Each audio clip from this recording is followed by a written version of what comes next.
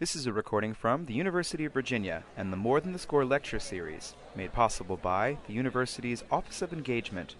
On October 1st, the topic was The American Civil War on Film, How Holiday Shapes What We Know. The lecture was introduced by Tom Falders, president of the UVA Alumni Association. It's my honor this morning to introduce Gary W. Gallagher, who is the John L. Now III Professor of History of the American Civil War at the University of Virginia. Gary's a native of Los Angeles. He received his BA from Adams State College in Colorado in 1972, his master's and PhD from the University of Texas, master's in 77, PhD in 82, University of Texas in Austin. He taught for 12 years at Penn State University, and we were very fortunate to steal him away from Penn State in 1998. I think he really wanted to get back to the heart of the Confederacy based on everything he writes. He's the author of more than 30 books, including The Confederate War, Lee and His Generals in the War and Memory, The Myth of the Lost Cause in the Civil War History, Causes Won, Lost, and Forgotten, How Hollywood and Popular Art Shape What We Know About the Civil War Today, which clearly will be the basis of his comments today, and The Union War. He also serves as editor of two book series out of the University of North Carolina, Civil War America and Military Campaigns of the Civil War. He's appeared regularly on Arts and Entertainment Network series, The Civil War Journal, as well as participating in more than 36 other television projects on the subject. He's also the recipient of the Cavaliers Distinguished Teaching Professorship 2010 through 2012, the highest teaching award conveyed by the University of Virginia. I should also say there are a lot of students in the audience, and he's one of the most popular professors among the students today.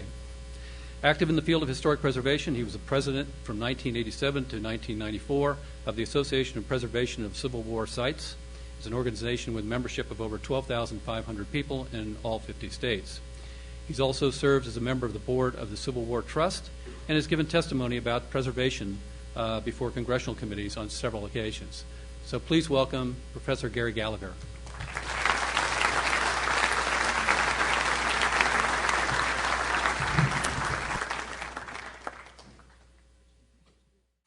Althea gave me very specific instructions not to talk more than 40 minutes this morning. 40 minutes total, she said, and then 5 or 10 minutes for give and take with all of you at the end. And so that's what I'm going to do. I'm going to talk for 40 minutes and try to cover most of what I think I want to cover. If I don't, none of you will know it, so your lives won't be diminished. I have two parts to this presentation today. One is a lecture, which is what I always do, and the other is PowerPoint, which I never, ever do. I'm absolutely opposed to technology of any kind. I haven't even come to terms with the 20th century yet, never mind the 21st century. And so this is the only talk that I've ever given that has visuals with it by students. They don't get anything in my class. Chalk and a blackboard, nothing else, nothing else. It's sort of an anthropological experience for them to be in a class where they're not awash in images and noise and all the other things that I think distract them in a world that's already full of distractions. But I'm going to try to do this. I'm going to talk to you first and then use exactly 18 stills from a number of films to illustrate some of the points that I'm going to make in my talk. So it's two parts. That way my brain doesn't have to try to mingle images with what I'm saying. I'm just going to say some things, and then I'm going to show you some stills from films. And I want to start by saying, in this year that is the beginning of the 150th anniversary of the Civil War, that when you try to understand the past, it's always important to remember that history and memory are two different things. They are not the same thing, although people often aren't aware of that. History happens. In my world, some people argue that there isn't anything such as history. It's actually just different memories of history. That can only happen in academia, of course, something that ludicrous. But there actually is history. Something's happening right now. You're sitting there, I'm saying specific things. This is happening. You're going to remember it differently. There'll be any number of memories of what is happening this morning. Some happy, some may require counseling. You can't tell. But the point is, those are two different things, and they intersect in some ways, but they are not the same thing. And memory often trumps history in terms of how we react to the past, because we engage with it according to what version of it comes down to us. That's how we respond to it. It doesn't really matter what actually happened. What matters is how we are told to understand what happened. Hollywood has a big role in shaping how we remember history. There's nothing anyone can do about it. Some in my world, again, lament that and rail against it. It's just the way it is. Gone with the Wind has had more influence on how Americans understand the Civil War than everything that's been written by all historians since Gone with the Wind debuted in Atlanta in 1939. That's just the way it is. It's always available. Ted Turner loves it. It's on endlessly. And so not only was it in release for a long time, it was still being released in theaters when I was in the mid-1970s. It was being released in theaters. It's had a tremendous impact. And so Hollywood is an important factor in how Americans understand their past. I have students come up to me too often, in fact, and say that they've seen The Patriot, and now they understand the American Revolution. Or they watched Oliver Stone's hallucinogenic take on the Kennedy assassination, and now they understand the Kennedy assassination.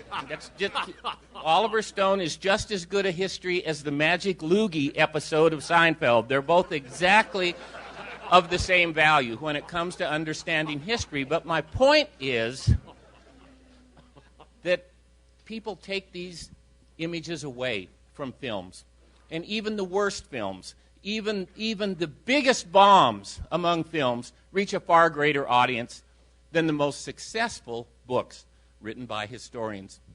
Jim McPherson's Battle Cry of Freedom is easily the most widely read book on the American Civil War of the last 25 years. Jim's book has sold about 800,000 or so copies, and that's not a secret. I mean, he says that too. 800,000 copies. Even a really bad film, even a film that goes straight to DVD or whatever they go to now. I know DVDs are almost extinct now too.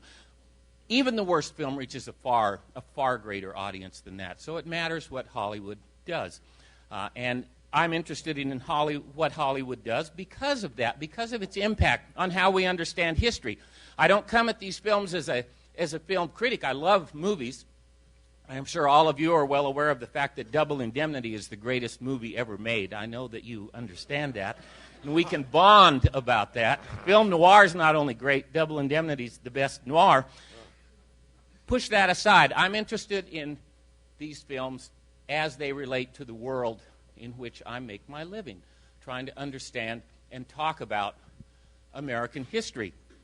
And that's what I'm going to do today. And I'm especially interested in how Hollywood's treatment of the American Civil War either has or has not conveyed four great interpretive traditions that the Civil War generation itself put in place regarding the meaning of the war. There were four major ways in which those who actually experienced the war chose to remember it, things they emphasized. These four traditions emphasize very different things, as we'll see. And what interests me is how do those four great traditions, the meanings the war held for the people who experienced it, how do those resonate or not resonate now? In other words, what do we understand about their conception of the war, and what have we lost? And there's a very interesting set of remembrances and lost meanings, I think, when we come to the war. All right, let me talk about those four interpretive traditions very quickly, sketch them very quickly. The first was the Union cause remembrance of the war, and that was the most widely held by far, because it was the memory that most of the loyal citizenry held. That is, the citizenry of the free states and the four slaveholding border states that remained in the United States during the war. We've got about 20 million people in that population, and the overwhelming majority of them would have said the most important thing about the Civil War is it saved the Union. It saved the small d democratic example of government in the world. It proved that a free people could have a role in their own governance and could have a chance to advance economically. They weren't locked into the class of their father and their grandfather. That's what set the United States apart from the rest of the world. they believed. They had a profound sense of American exceptionalism. And that is what the war represented to them, a direct threat to the exceptionalist role of the United States in the world. When Abraham Lincoln spoke of the United States as the last best hope of earth, that's what he meant. So it was a war that not only had meaning for salvaging the work of the founding generation, but it also had meaning in terms of keeping democracy alive in a Western world where democracy was in retreat. The failed revolutions in Europe of the late 1840s had given the aristocrats and the oligarchs and the monarchists even greater power, and people in the United States were aware of that. So that is the Union cause memory. The Union cause also said the ending of slavery was good, but not for the reasons that we would want them to say it. It wasn't a great moral crusade for them. It was a way to help win the war against the Confederacy, to punish oligarchic slaveholders who had brought the whole problem on in the beginning, and to remove the one thing that they believed could threaten the United States from within, and that is the institution of slavery and all the ways that it caused problems. So that's the Union cause tradition. The second was the lost cause. That was the predominant memory of former Confederates. Former Confederates had to deal with this shattering defeat, and they came up with a memory of the war that said, number one, they never could have won the war. It was a hopeless effort against impossible odds. Of course, that's not what they said in 1861 and not what they believed in 1861, and wasn't true. They had a very good chance of establishing the Confederacy, but retrospectively they argued that. It wasn't about slavery, they said retrospectively. And they brought Robert E. Lee front and center. He was front and center during the war, but he was powerfully so after the war, because you could talk about Lee, and you could talk about his great victories against long odds. You didn't have to talk about slavery when you talked about R.E. Lee and the Army of Northern Virginia winning the great victory at Chancellorsville, for example. And you also portrayed in the lost cause vision of the war a Southern population, a Confederate population made up of brave soldiers, patriotic women, and loyal slaves. That was an important part of the lost cause memory. That was held by most of the 5.5 million white people who lived in the Confederacy. The third memory of the war was the emancipation cause. This was the predominant memory for black Americans who almost all lived in the slaveholding states then. The free states in 1860 were 98.8% white. 98.8. It's always important to remember that the past is a different country in many ways. We can't think of the United States now and try to imagine that the United States in 1860 looked like we do. But African Americans and white abolitionists would have said, yes, it's a good thing the Union was saved, but the most important thing is slavery's dead. That's the greatest outcome of this great war that has cost so many hundreds of thousands of lives. The fourth tradition, Union, lost cause, emancipation. The fourth tradition was the reconciliation cause, and this was a version of the war that was adopted by some white people north and south in the late 19th century. That's been exaggerated, I think, in the historical literature, the degree to which this memory of the war came to be dominant. It never became dominant, but it did argue that let's don't talk about who was right and wrong. Let's don't talk about slavery. Let's don't talk about black people. Let's don't talk about emancipation. Let's talk about how the war was a showcase for American virtues among soldiers on both sides. Virtues such as being brave in the face of very difficult situations, of being loyal to your cause, whatever that cause was. And we're not going to say which one was right and which one was wrong. And we're going to celebrate the fact that a great nation emerged from this tremendous internal trial and marched toward world power status in the late 19th century. If you want absolutely perfect examples of reconciliationist rhetoric, read Woodrow Wilson's comments at Gettysburg on the 50th anniversary of the battle, or FDR's comments at Gettysburg on the 75th anniversary of the battle, 1913, 1938. They are absolutely perfect examples of comments that don't mention either cause, don't take sides between the two causes, and just offer tributes to the soldiers who had either blue or gray uniforms on. Those are the four great traditions, and they overlap in some ways. which I won't go into now because I don't have time. It's already almost 20 after 10, and we have to move along. Thea's over there. She's in the back, but I know that she has a great big watch that has a beeper on it, I think. She said she'd help me keep track of time, but I have a big watch too. Big enough so that I can even read it without my glasses on. And since I don't have my glasses, that's good. Those are the four traditions. And I'll make the point once more. By far the most widely held of those four traditions among the generation that experienced the war was the Union cause tradition. That was it. That was the great meaning of the war. It's a very expansive meaning because it embraces emancipation, but Union was the key. When you look at monuments on battlefields, when you read books, when you read regimentals and so forth from the time, look at the material culture of the war itself. Union is everywhere. Everywhere. And it was everywhere in Lincoln's rhetoric, too. Even at the end of the war, Lincoln was still arguing for Union because he understood that that would pull in the broadest swath of the loyal citizenry in support of the war. 45% of the voters in the United States were Democrats.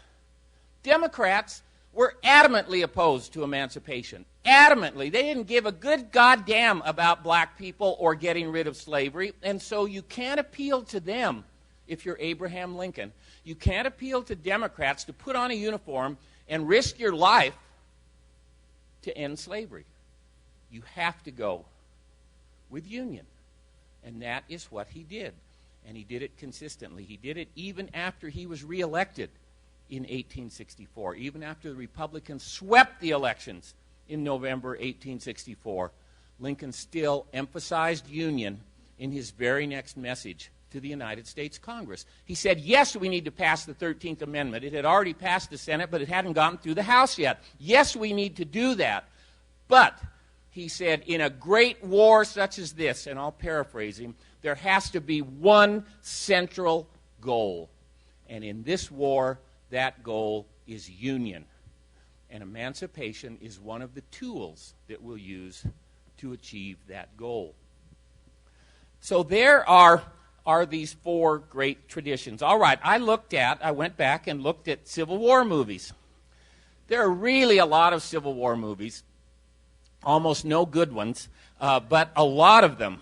You have no idea how much anguish went into looking. I had to look at them more than once to get the quotations right.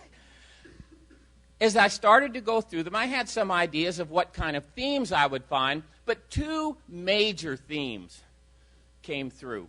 And it's important how old I am here, which is really old. And you know how old because you got the dates for my degrees. I'm so old that I remember the Civil War centennial very well. I was a kid in Colorado already enamored with the Civil War when I was 10 or 11, and so I was very much attuned to what was going on in the centennial, and I had ideas about the war, some of which I'd gotten from movies like The Horse Soldiers and other things like that. So I went back and looked at these movies, and these are the two principal themes that really emerged from watching all of these movies. I focused most specifically on films since Glory, beginning with Glory, that's 1989, and coming down to now. In other words, most of these films are post-civil rights movement, post-Vietnam. And those are two really important factors in understanding how Hollywood has understood the Civil War most recently. I also went back, of course, and looked at the earlier ones just to get a broader frame, and we'll use stills from all of them. But the two principal themes are, first, that the lost cause is increasingly shunned by Hollywood. And this is interesting because for most of the middle part of the 20th century, anyway, the lost cause was the predominant understanding of the war on Hollywood's part. The two most important Civil War movies ever made, by far, nothing else even close, are Birth of a Nation in 1915 and Gone with the Wind in 1939. And those are both powerful lost cause interpretations of the war. Not with the key characters in Gone with the Wind. Scarlett O'Hara and Rhett Butler, they don't care about anything except themselves, so you don't count them. But all the other factors, Scarlett's first thought when she wakes up every morning is, what about me? And so put her to the side. But the other characters in Gone with the Wind, it's all lost cause. Melanie sacrifices her wedding ring for the cause.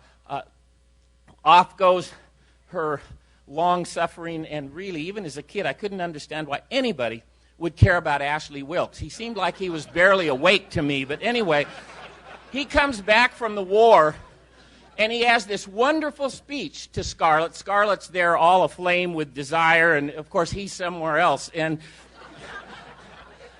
he talks about how his men don't even have shoes, and it's cold in the north, and there's so many Yankees, and it's a perfect expression of the hopeless fight against impossible odds. You get an idea sometimes that here the war comes down to Robert E. Lee. He's got 11 guys in his army, and they only have 5 shoes among them. And Robert E. Lee looks across at the Yankees, and U.S. Grant has millions of Yankees, hirelings, Irishmen who've stumbled off the boat and don't even know where they are, and you get that sense from Gone with the Wind. And of course Sherman in Gone with the Wind and in Birth of a Nation, he's the great destroyer in one and the great invader in the other. These are very powerful lost cause statements. Reconstruction is an evil thing foisted upon the former Confederates by the exultant Yankees. You know these movies. Powerful. And many other movies followed those lost cause themes as well. That began to change with Shenandoah in 1965, a truly wretched movie that starring Jimmy Stewart. I loved it as a kid. It didn't occur to me as a kid that it was odd that Confederate soldiers were in trees shooting down at Federals. You can't load a Civil War musket in a tree, of course. And that might be a key to Confederate defeat. You know, we might have won the battle, but our guys were in trees, and they could only shoot once. It marked a turning point in that it goes away from the lost cause. But then Hollywood abandoned the Civil War for nearly 25 years, except for Westerns. There are always a lot of Westerns that deal with the Civil War, The Outlaw Josie Wales and many others. It's 25 after, Althea. I'm keeping my eye on that. There are a lot of Westerns that come out. They're sort of Westerns dressed up in Civil War garb. I'm not counting them. The next true Civil War movie after Shenandoah, which came out in 1965, was Glory, which came out in 1989. So the first theme that struck me is that the lost cause, which had been such a powerful presence in Hollywood's understanding of the war for so long, falls off a cliff beginning with Glory. And since Glory, it is less and less and less and less visible. The only film, there's a sort of aftershock, and I'll talk about this, of lost cause interpretive approach with Gods and Generals, which came out in 2003. But other than that, no, other than that. So the lost cause is eroding. There's always reconciliation cause. As the lost cause goes, what comes up into the foreground is the emancipation cause. And that makes sense, considering when we're talking about. We're talking about a post-civil rights movement world. That makes sense. But Glory was incredibly important in making that change.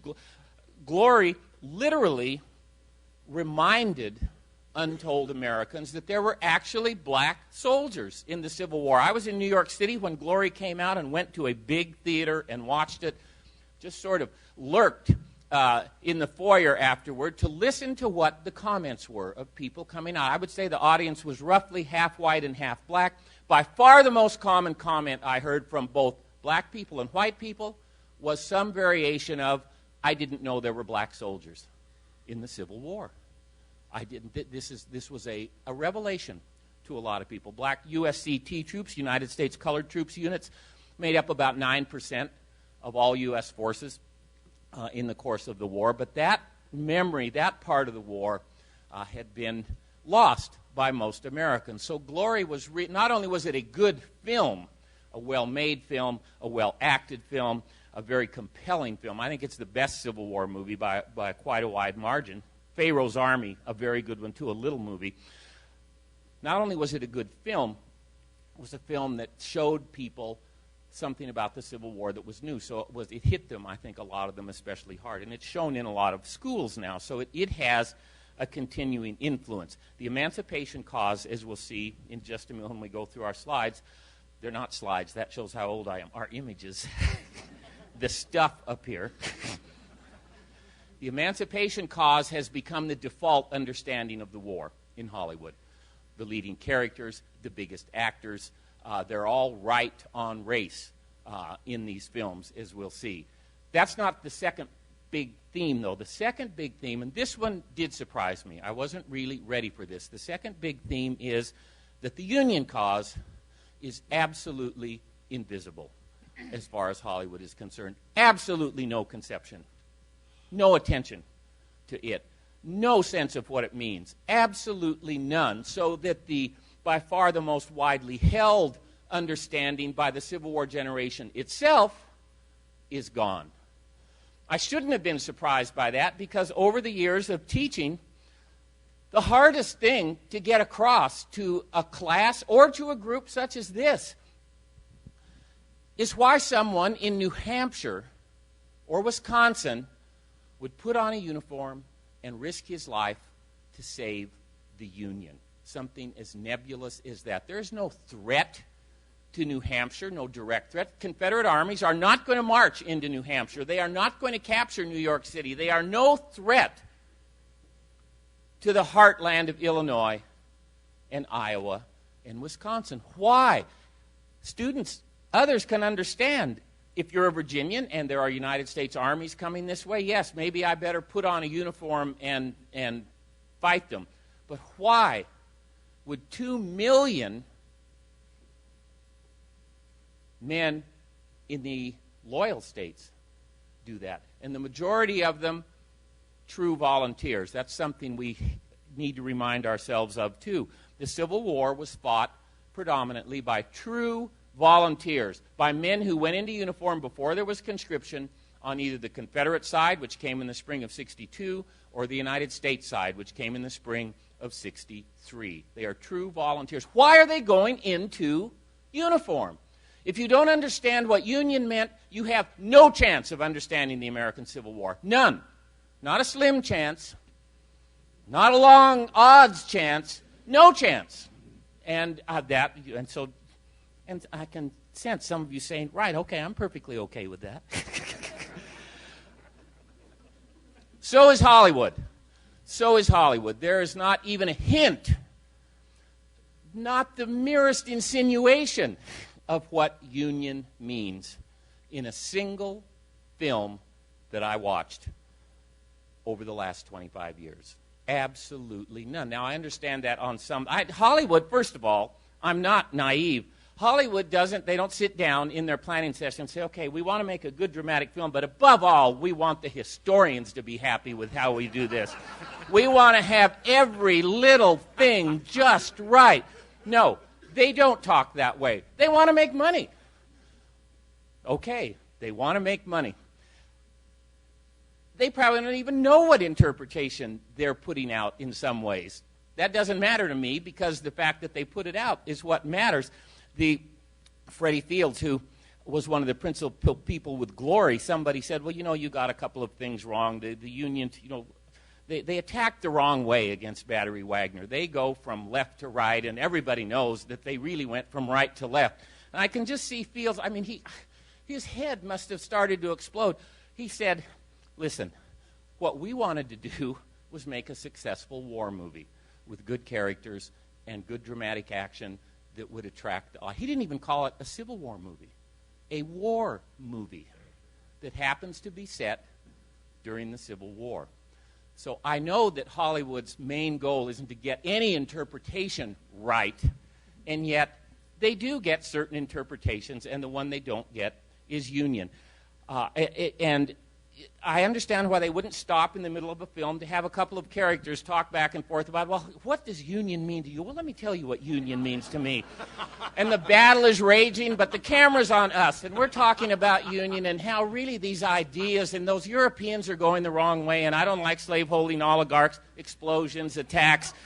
No, they're not going to do that. They will not do that. But they don't have to do that. You can do a great deal to convey a sense of national purpose in a very brief scene. In Gone with the Wind, for example, in the ballroom scene, the big ballroom scene, it's set, the guys in uniform, big picture of Jefferson Davis, and people sacrificing their wedding rings for the Confederate cause. That gets across a message. There is no comparable scene dealing with union in any film.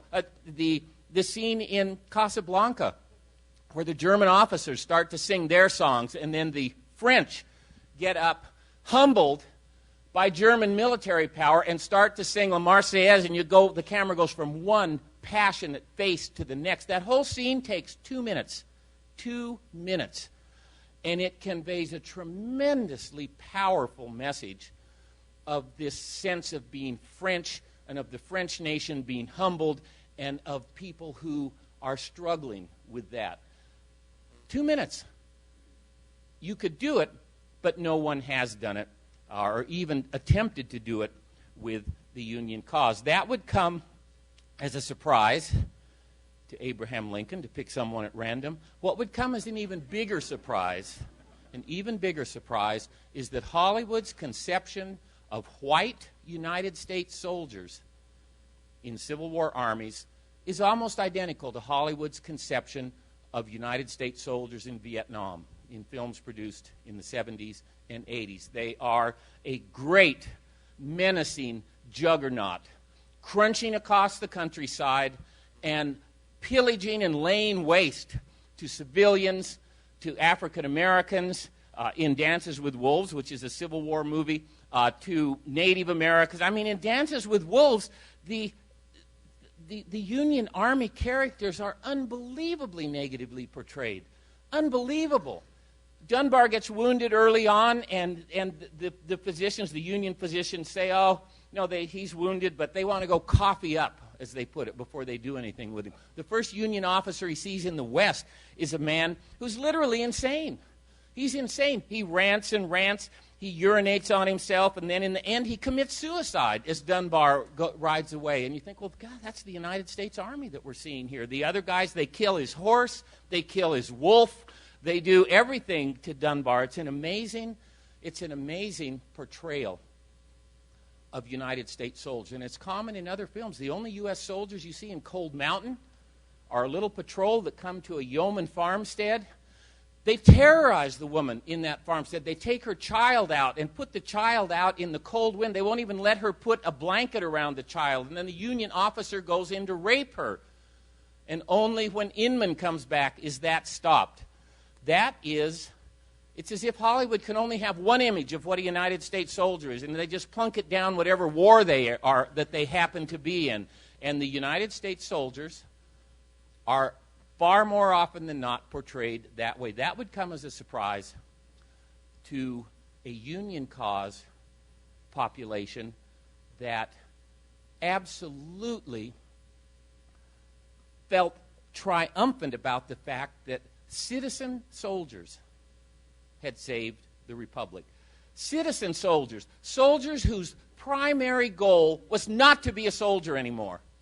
That was the wonderful thing about why the war was won, said the Unionists at the end of the war. These aren't hirelings, these aren't professionals, these are citizens who did what small r Republican citizens do in a crisis, and then they go back to being citizens again. That's why the United States is different, the Civil War generation would have said. You get almost no sense of that in modern films. Okay, now we're going to run through slides. 20, I think we're going to go through each of the traditions. Lost Cause. Well, we'll start with Lost Cause, and here is a still from Birth of a Nation. Colonel Cameron has just assaulted the Union lines. It's an assault made just to get food for his men. It's a great setup on how the Confederates don't have anything There's a wooden tube of a cannon there that he's rammed the Confederate flag in, and there he's wounded. It's a tremendous part of the lost cause structure of Birth of a Nation, which presents a very positive picture of the Confederate civilization, of course, as you know. Cameron is one of the key people. All of the themes are there. The Union juggernaut fighting against hopeless odds for the Confederates. Very, very adeptly put together by D.W. Griffith in a way that was a revelation to moviegoers in 1915. There's almost no way. I don't know what would be the equivalent now. What kind of Hollywood shift would be the equivalent of people who had been used to little 10-minute films seeing a 3.5-hour film, this sprawling film with a tremendous storyline. Birth of a Nation was a revelation to people, and the fact that this revelation that saw so many successes, it was controversial, as I'm sure you know at the time, but wildly took in more than $1 billion when you adjust the revenues for where we are now, and was still in theatrical release in 1948. 1948, even though it was a silent film. A very powerful lost cause. There we go. Gone with the Wind, the famous scene at the railroad depot in Atlanta as the Confederates are defending the city. This was the longest tracking shot in Hollywood history to this point. And you've all seen it. It starts low and comes back and back and back and back. And right at the end, you get the St. Andrew's Cross battle flag, which incidentally was not the Stars and Bars. The nitwits who fly Confederate flag, whenever the Ku Klux Klan nitwits get together and fly this flag and call it the Stars and Bars, I can only wonder whether they have 15-watt bulbs or 16-watt bulbs that they're working with. This is the St. Andrew's Cross battle flag. You couldn't frame a better scene to bring together the representation of the nation and the sacrifice of the nation's citizenry right there. 1,500 actual people, 700 or 800 dummies scattered around. They couldn't get enough extras. But the impact is tremendous in one short scene. Absolutely a lost cause take, a perfect lost cause take, because we know they're not going to win. Even though they're sacrificing at this level, we know they are not going to win. Not going to win. Here's Shenandoah. There's Jimmy Stewart, our man Jimmy Stewart, with 5 of his 6 sons. He has 6 sons. Each of these has an actual name.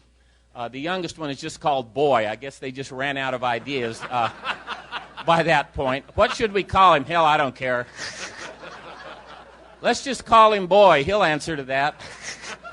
So here's Jimmy Stewart. Where does Jimmy live? He lives in the Shenandoah Valley. It's the summer of 1864.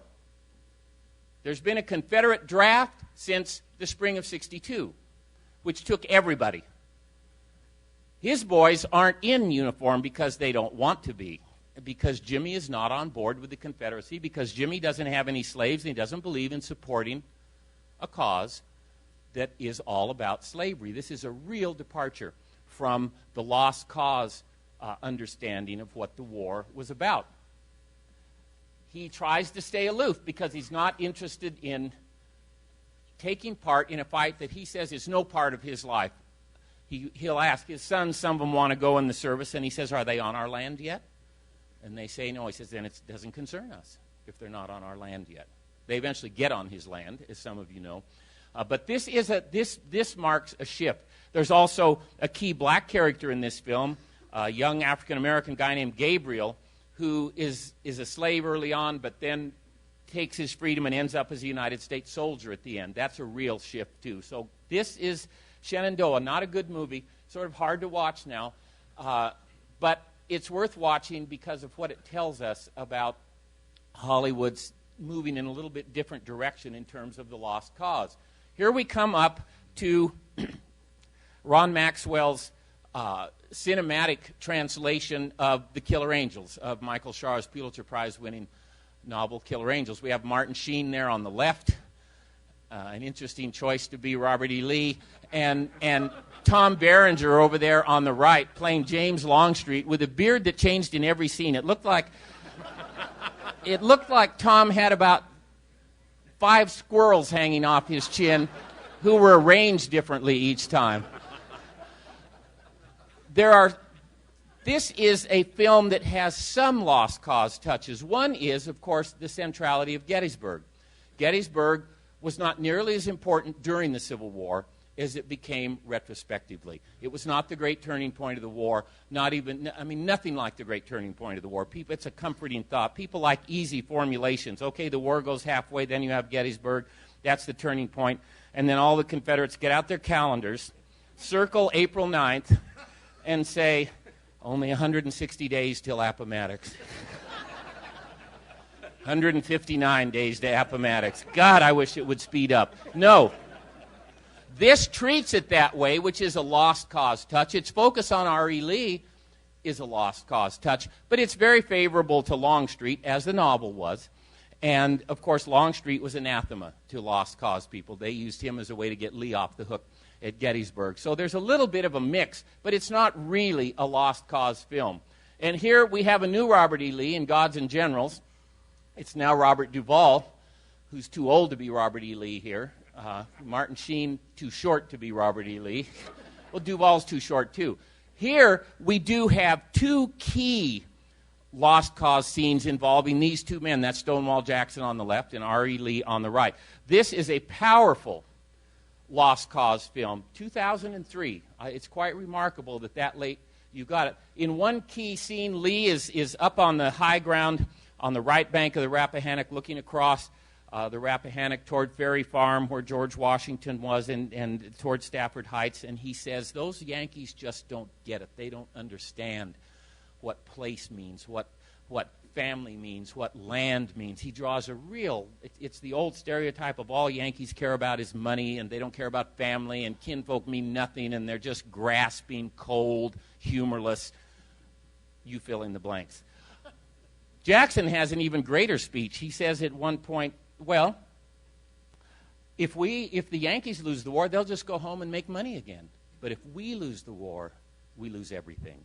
And then he talks about all the things. Again, one is a real cause, one is a shallow, why are they here? They must not even know why they're here if they're just going to go home and make money again. Key scenes in Gods and Generals. None more so than this. There's Jackson again, and he's hiring a cook. And so here he has an African-American guy who, like Jackson, is from Lexington. And they have this incredible scene where they bond as Confederates.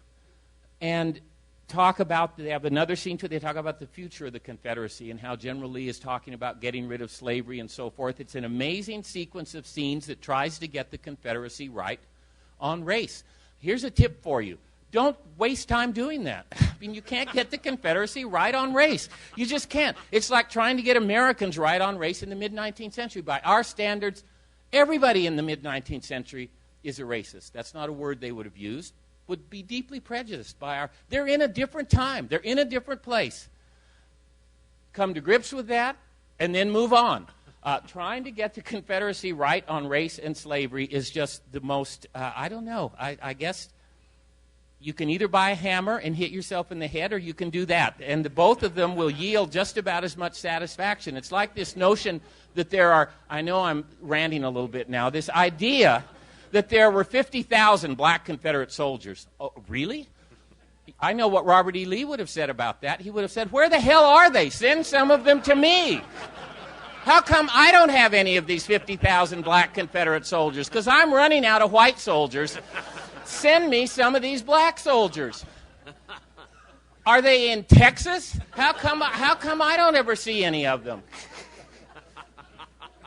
A book came out in the wake of Gods and Generals. This is my favorite title for a Civil War book in the last 20 years.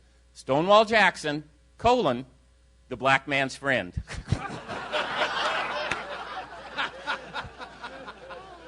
I know black people across the Confederacy were praying, I hope General Jackson wins the war, because that will be good for me. Here we have Cold Mountain. This is an indication of how far the lost cause has slipped off the radar screen in Hollywood's view. Here's the expression of the Confederate state in Cold Mountain? Teague and his albino son. Here's something else you can count. Hollywood likes nothing so much as they get one idea and it's never gone. If you see an albino person in a Hollywood movie, watch out. They are not on your side. And that is certainly the case in Cold Mountain. What do these guys do? They wreak havoc in the countryside. They literally torture women and yeoman farmsteads. They indiscriminately kill people and plunder. This is the Confederate state. Not a single attractive Confederate character in Cold Mountain cares anything about the Confederacy. Nothing. They are bitterly against it, from a physician treating wounded who would have been of the slaveholding class probably, who says, look at all those poor, duped men out there just dying in this cause for a rag that represents slavery. Inman doesn't like it. He's the key character. Our heroine, who's from Charleston, South Carolina, sort of on board with secession, Charleston was. Some of you might remember. Her second speech, she gets to Cold Mountain where the air is clear and, the mountains are smoky, and Hollywood has these wonders. I love in Dances with Wolves, Dunbar's asked, they say he can be deployed anywhere he wants to go because he's been heroic. Not really, but they think he has. And he says, I want to go to the West before it's gone. What? Americans were worried the West was about to be gone in 1864? Do you really think that's true? I can tell you don't think that's as outrageous as I do. I don't really care. She comes to Western North Carolina and says she's so glad to be away from Charleston with its corsets she's liberated and its cotton, doesn't like natural fibers, I guess, and slavery. That's when the movie lost me right at that moment. She is anti-slavery. She is from Charleston. Really and truly. They didn't even have secret abolitionist clubs in Charleston. Not even embedded abolitionist clubs in Charleston, I can promise you. But our heroine, she would have been in one. All right, the Emancipation Cause. Here we have the scene just before they attacked the wrong way against Battery Wagner.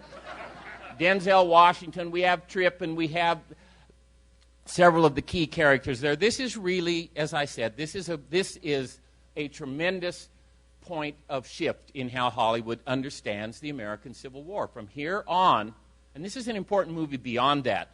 Any of you have seen the USCT Soldiers Monument up in the Shaw District in Washington, for example, where you go into the little plaza and there are 200,000 names. It's sort of the same theme as the Vietnam Memorial. All the names of all the African-American men who served in the United States Army during the war. This movie explains why that's there. I can't believe that would have happened without this. This had a tremendous impact, not only on Hollywood, but beyond Hollywood. And it shows up in films beyond that. Here we have Joshua Chamberlain and the gnome-like little Irish sergeant Buster Kilrain in Talk About a Stereotype in Gettysburg.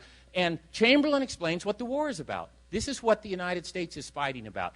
There was some interest in union early on, he says, but now it's a war unlike any war in history. This is a war to set men free. This is a war to kill slavery. Well, that is probably how Joshua Chamberlain thought about it.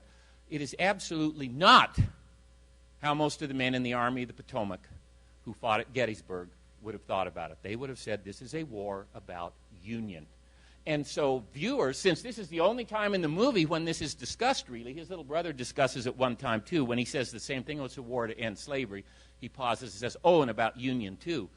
That's absolutely backwards. But people paying attention, if they're interested in what the war is about, they would come away from Gettysburg with a sense that by the midpoint of the war, it is a war to kill slavery in the minds of the United States soldiers. I hate to inflict Richard Gere on you, but I'm going to anyway. This is from Summersby, which is a take on the return of Martin Gere, as many of you know. He's a former Confederate soldier who was imprisoned in a United States prisoner of war camp, which tended to be an embittering experience for the men who were sent to camps on either side. But he has the most modern racial attitudes. He's the protagonist, he and Jodie Foster, and they try to set up a kind of utopian community that takes no notice of race in Tennessee after the war. Again, it's just so spectacularly ludicrous that you have to just swallow hard to get past that, and then you can watch the rest of the movie. But it's typical of how Hollywood has chosen to deal with race and emancipation. Same thing even in Gods and Generals, which is mainly a lost cause film, but when Union characters talk about what they're fighting about, and it falls on Joshua Chamberlain again here, and there he is with his brother Tom, it's the same thing. He explains that it's a war about killing slavery. And when his brother Tom uses the term darky at one place, he gets a lecture from his big brother. Darky would have been the mildest kind of word that many mid-19th century Americans would have used. It's just, we need to be honest about that. But this film makes a point of once again reminding viewers that on the Union side, it's a war about emancipation. Here's the key scene, the emancipation part of Cold Mountain. There we have them, our Australian heroine who couldn't wait to get out of, and whose fingernails are clean through the whole movie, incidentally, even when nobody else's are. There she's talking to Inman, and when Inman says he's going into the Army, this is very early in the film, she mocks him, absolutely mocks him for thinking about going into the Confederate Army. And that's a theme that goes through the whole film. All the characters, whether it's Ruby or Robin, all of them, all the characters you might care about in Cold Mountain are anti-Confederacy. And they have as in Summersby, she has very modern views on race, what we would call very modern views on race, would be absolutely out of character for someone of her class and place and time. Let's talk a little bit about reconciliation, which is evident in a number of Civil War films. This is a scene from How the West Was Won. One segment of How the West Was Won is on the Civil War, as many of you know. This is a 1962 film. It was directed by John Ford. And here we have a scene at the Battle of Shiloh. George Peppard is the Union soldier, and Russ Tamblyn is a character he's just known as the Texas Rebel in the film. And they find themselves at Shiloh, kind of off by themselves. And at first they're going to try to kill each other, and then they start to talk to each other. And one says, well, what's this war about for you? And he says, I don't know what it's about. How about for you? I don't know what it's about. So then they just sit down. They don't know what to do. What should we do? Russ Tamblyn says, let's go to California. I love that. He doesn't say, let's go to California, dude, but he does say, let's go to California. I find that a hilarious piece of dialogue, but apparently others didn't. But the message is, these are just Americans. They're Americans thrown into this terrible situation. They don't even know why they're killing each other, and they're asked to kill each other. Perfect reconciliation scene. Later, the Texas Rebel, they look over to the right a little ways, and who do they see? U.S. Grant and William Tecumseh Sherman. And he decides he better kill them. And when he decides that, then George Peppard has to kill him, and our reconciliationist moment ends tragically. Here's reconciliation in the film Gettysburg. Here we have Lewis Addison Armstead at the end of the Pickett-Pettigrew assault. He's run into Joshua Chamberlain's little brother Tom. And all that's on Armstead's mind here, it's not that this great assault has failed. It's not that he's dying. What's on his mind is that he is afraid he's offended his old friend Winfield Scott Hancock, who is a friend from the old Army, as they called it, pre-war Army, who's commanding the Union Second Corps. That's the part of the line where they are there. It's a perfect example of reconciliation. These old friends pulled apart by events they had nothing to do with and didn't really embrace. And in the end, that friendship has become more important than the causes they were fighting for. This is from the 1950 version of Red Badge of Courage. Audie Murphy playing Henry Fleming. I won't point everybody out. It's Bill Malden, the great cartoonist from World War II and later, is right there. This presents, we're moving to the Union cause now. This presents a very positive view of Union soldiers on the whole. Henry Fleming has his internal debate about being a coward, but the Union soldiers are portrayed positively here. They come to a yeoman farmstead in this film. One of the Union soldiers tries to steal some things from the woman who lives there, and she comes out and starts hitting at him with her broom, and all the Union soldiers take her side rather than plundering, trying to rape, trying to do the things that they do in more recent films. Here we have, there's John Wayne as Sherman and Harry Morgan as Grant, and if you look back in the corner up there, there's the Texas Rebel and George Peppard. They are able to listen. There are very few films that highlight top Union commanders this way. You get Lee and Jackson and Longstreet and others much more so in recent movies. Here is one. John Ford puts the two great Union soldiers together here, and they have a nice and very sympathetic exchange. Viewers would treat it as very sympathetic, pro-Union. But by the time we get Dunbar out in the Dakotas, there's Kevin Costner before he has shed the last vestiges of his ties to the United States. He hasn't really become Dances with Wolves yet. This is a film, as I said earlier, that just has the most unrelievedly negative portrait of United States soldiers, except for Dunbar. And he has one key scene where he's helping the Sioux village where he's living defend itself against the other Native American war party that's coming their way. And he has this piece of dialogue where he says, "Now I understand something worth fighting for. It's not something empty like Union or even like emancipation. This is, now I understand why someone would fight." He has to get as far away as possible from that blue uniform and from all the trappings of the United States before he can understand something that's worth fighting for. And I'll finish with this. This is a film that not very many people saw. It's called Seraphim Falls. It has A-list actors. There's Liam Neeson facing the camera there. It's a kind of chase movie. It's set in northern New Mexico, so I love it, since I think that's the most beautiful landscape in the world. They chase. We finally get a flashback that understands why Neeson's character, who's a former Confederate colonel, so hates his great antagonist there, who's Pierce Brosnan, who has his back to us. And it was related to this scene where, again, a Union patrol comes to Neeson's farm late in the war. And in the course of their being there, Neeson's young wife goes up into the house because their child is up there. One of the Union soldiers has set the house on fire.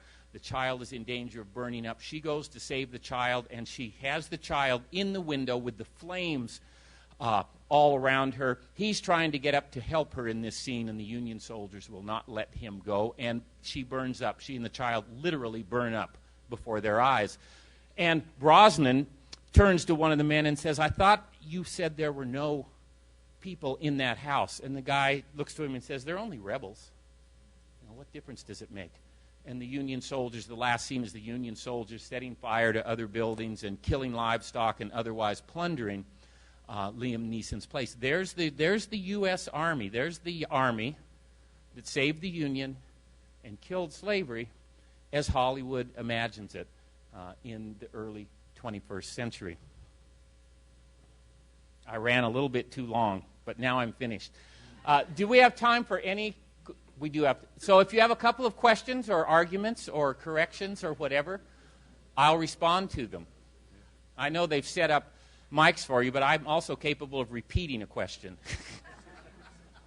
The question is, I talked about the change in Hollywood's treatment of soldiers in the wake of Vietnam. What about in the wake of 9/11? Have I seen a more positive portrayal? I haven't seen many of the Iraq and later films. I've seen a couple, and in a couple, I would say they're still in a Vietnam mode, where the U.S. soldiers are still pretty menacing and pretty, but I haven't seen all of them, and so I'm not really up to speed to comment on that seriously, so I won't. Yes.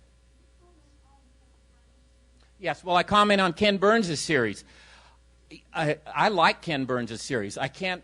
If I hear Ashokan Farewell one more time, I might go do something, but I think he walked a very fine line, and the fact that he alienated so many people, He alienated people who said, oh, it's all, nothing but battles. And others said, oh, it's nothing but emancipation, and it's this and it's that. Well, actually, I think he did a pretty good job of maneuvering through this tremendous Civil War minefield, and I think it's well done. I think it holds up very well. It's so simple in the way it's put together. I mean, now we've seen too many things like that, but at the time, and still, I think it works. I think he did a good job. He stumbled onto Shelby Foote, and used him a lot. I mean, Shelby just sounds like he was there, and of course he knows what it was like. And he has a couple of classic lost cause moments. Shelby Foote does. He has the one where he looks down and says, South never could have won that war. North fought that war with one hand tied behind its back.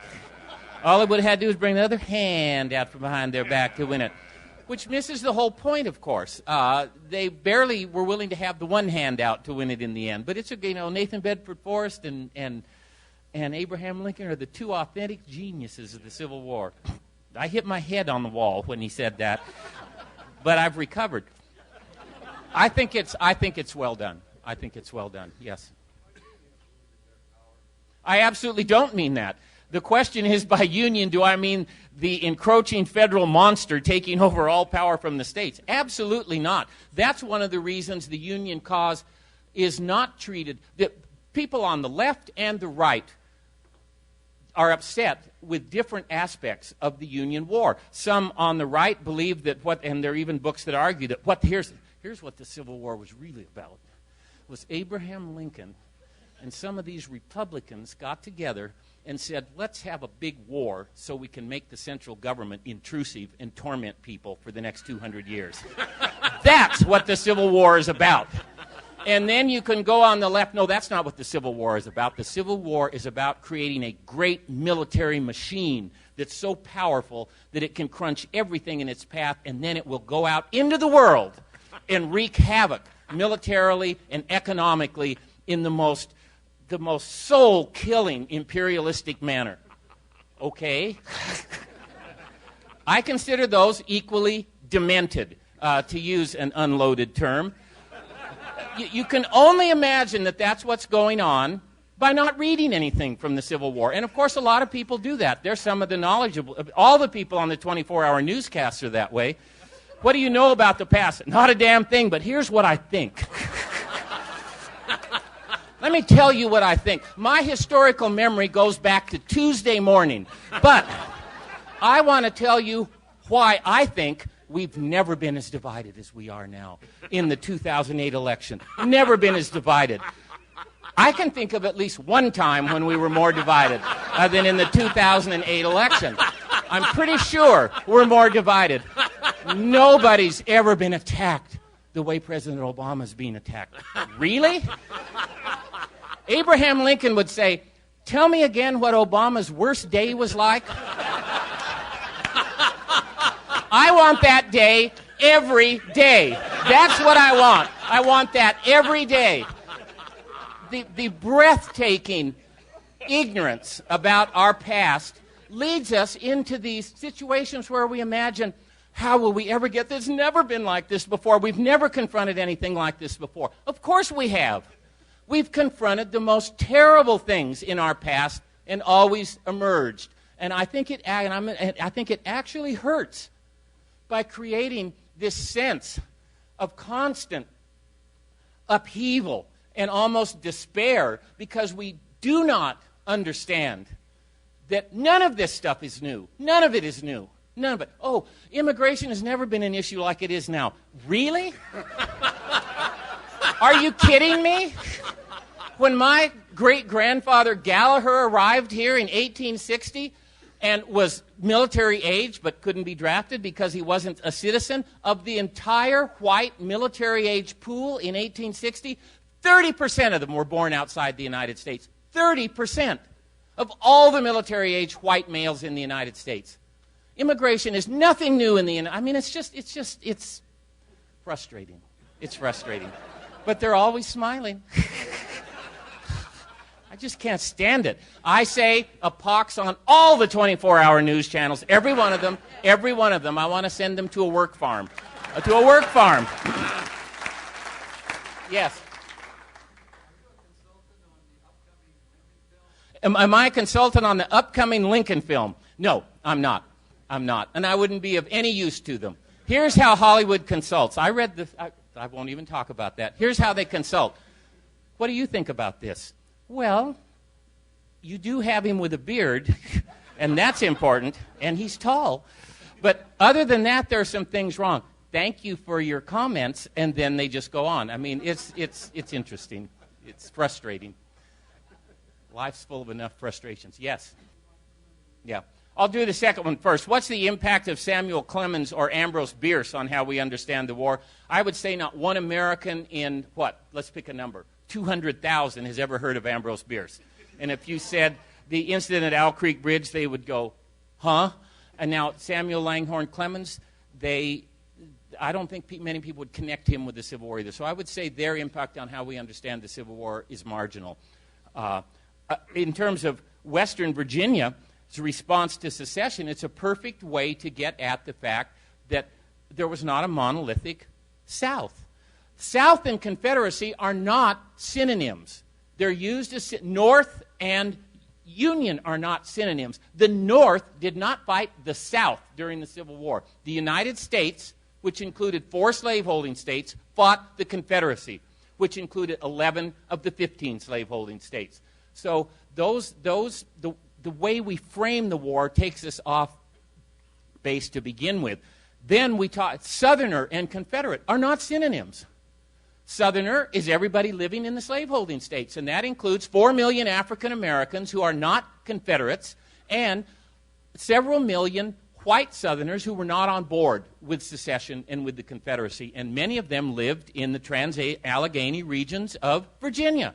Virginia is a big state now, and we all know it used to be a lot bigger state, and we'd be so much poorer in terms of jokes if it hadn't been for the Civil War. But it shows that there was a tremendous opposition to secession. Now, West Virginia, if they'd really let people vote who wants to be in West Virginia, or Kanawha, as it was originally going to be called, or not, it wouldn't be nearly as big as it is now. They added a bunch of counties, including the 2 where the Baltimore and Ohio Railroad dipped below the Potomac River and then went back up. Harper's Ferry, Charlestown would not have voted, Shepherdstown would not have voted to go into West Virginia. But they wanted the B&O in the United States, all of it. It's important. And so they added those counties, and they added about a dozen other counties, rounded it up.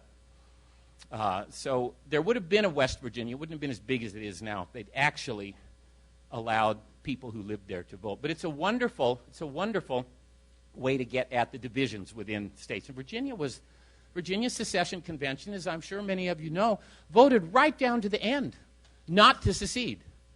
Right down to the end. What changed it was Lincoln's call for volunteers in the wake of the firing on Fort Sumter. Yes. Last question.